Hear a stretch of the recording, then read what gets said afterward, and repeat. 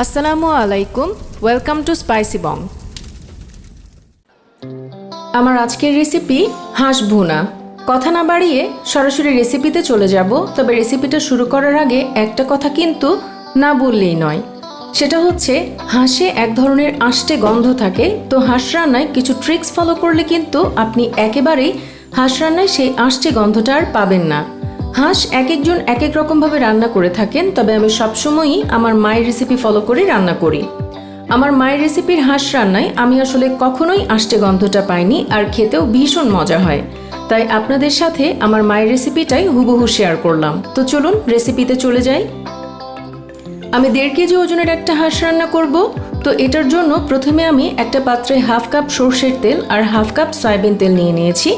তেলটা যথেষ্ট গরম হলে একটা স্টিলের স্ট্রেনারে 1 টেবিল চামচ পরিমাণ 5 ফোড়ন নিয়ে স্ট্রেনারটা গরম তেলের মধ্যে ধরে রাখবো, যাতে তেলের মধ্যে খুব ভালোভাবে 5 ফোড়নের ফ্লেভারটা ছড়িয়ে যায়। যখন ফ্লেভারটা ভালোভাবে ছড়িয়ে যাবে তখন 5 ফোড়নটা উঠিয়ে ফেলবো।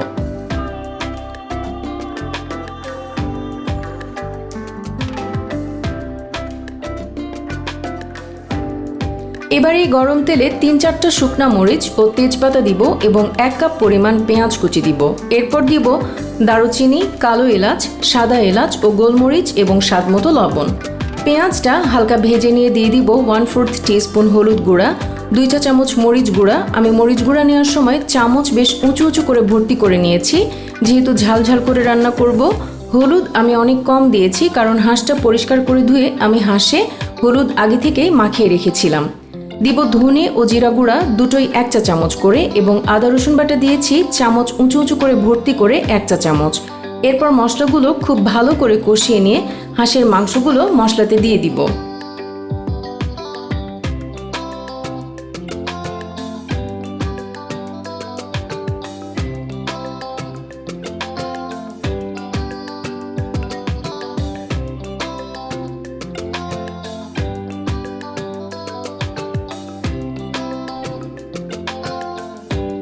হাঁসটা এবার নেড়ে দিয়ে ঢেকে দিব এবং চুলার জালটা 8-10 মিনিট হাই করা থাকবে।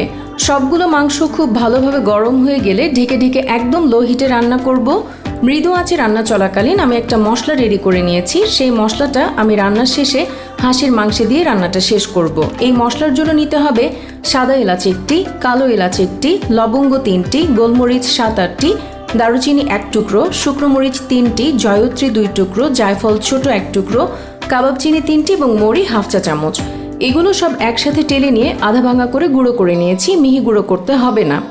হাঁস রান্নার শুরু থেকে শেষ পর্যন্ত পানি দেওয়ার প্রয়োজন নেই। মৃদু জালে ঢেকে ঢেকে রান্না করলে মাংস থেকে যে পানিটা বের হয়ে আসবে সেটা দিয়ে শেষ পর্যন্ত রান্না করা যাবে। যখন পানিটা শুকিয়ে ভুনা ভুনা হয়ে আসবে তখন মেজারমেন্ট কাপের 1.5 কাপ পরিমাণ পানি গরম করে মাংসে দিয়ে বলক উঠলে যে মশলাটা রেডি করেছিলাম সেটা মাংসে দিয়ে মাখা মাখা থেকে একটু বেশি পরিমাণে ঝোল থাকা অবস্থায় চুলা থেকে নামাবো, এবং নামাবার আগে 4-5টি কাঁচামরিচ দিয়ে চুলায় মাংসটা কিছুক্ষণ রেখে তারপর চুলাটা অফ করব।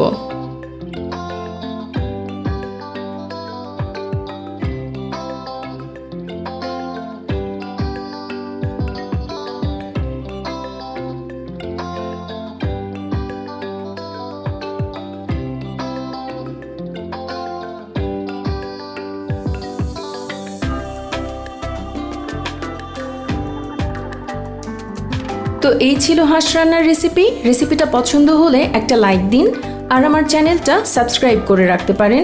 ভালো থাকবেন, আল্লাহ হাফেজ।